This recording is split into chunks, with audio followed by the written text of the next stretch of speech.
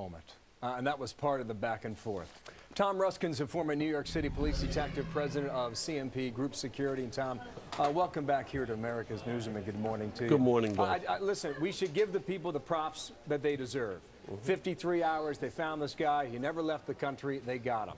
That being said, what David Lee Miller just reported about a guy driving to the airport, paying cash for a one-way ticket to the Middle East. David Lee said it. If that doesn't raise a red flag, what does? Well, after 9/11, we should have gotten, really up to speed with this. The computers should automatically alert.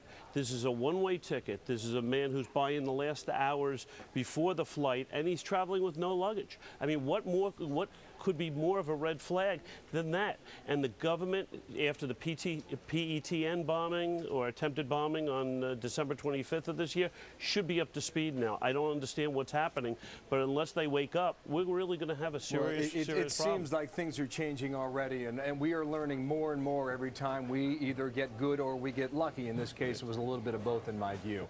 Now, you say on Monday afternoon, it was around 3 o'clock where the FBI lost his trail.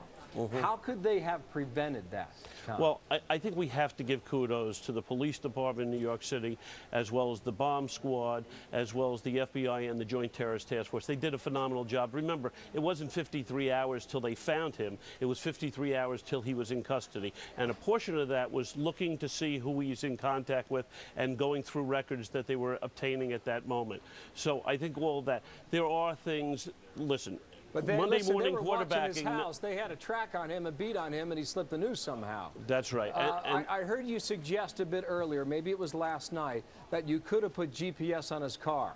Or were they close enough to do that? Well, we're second guessing and we're Monday morning quarterbacking, but that is one of the techniques used by law enforcement to put a GPS to track his car and to know where that car is at every single moment.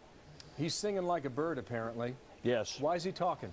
He's talking because he's not a professional terrorist. If he was a professional terrorist, he would have blown himself up, as they do in Israel and other countries. He was a chicken. He's a coward. He was looking just to cause havoc in the city of New York and hurt a lot of innocent people. So, people like that, when they're caught, routinely start talking to police and start telling police a lot of intelligence. And that's what the police and law enforcement and prosecutors are going to act upon now. You're saying he's an amateur. Oh, he barely passed probably terrorism school 101. Tom Ruskin here in New York City. Thank you, Tom. We Thanks, know Bill. at home our viewers are